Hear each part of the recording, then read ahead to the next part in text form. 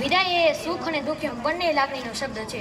આજે હું આ સ્કૂલમાંથી વિદાય લઈ રહ્યો છું ત્યારે મને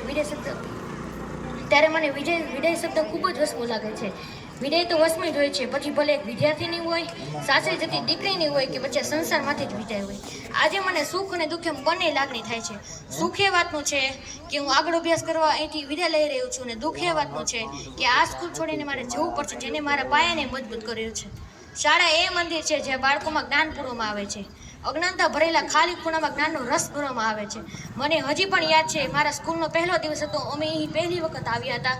અમારું અહીં સ્વાગત કરવામાં આવ્યું હતું. શાળા પ્રવેશોત્સવનો કાર્યક્રમ આયોજન કરવામાં આવ્યું હતું, જેમાં તમામ નવા આવેલા વિદ્યાર્થીઓનો ઉત્સાહ વધારવામાં આવ્યો હતો. પ્રથમ ધોરણમાં મારો હાથ મંજુલાબેને થામ્યો. ત્યારબાદ મુક્તાબેન દ્વારા હું અભ્યાસમાં આગળના ધોરણમાં પ્રવેશ્યો. આમ કરતાં મારું 1 થી 5 ધોરણ પત્યું.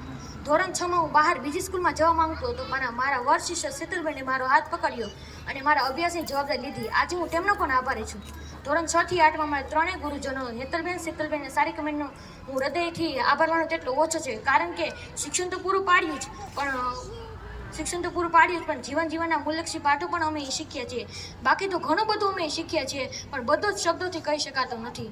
અમે જીવનમાં ગમે તેવા વટવૃક્ષ બની જઈએ, પણ આ મારી શાળા અને અમારા ગુરુજનો મારા મૂળ છે. તેમના વગર અમારું કંઈ પણ અસ્તિત્વ નથી. તો ધોરણ 8ના તમામ વિદ્યાર્થી વતીનો હું હૃદયપૂર્વક આભાર માનું છું. અસ્તુ.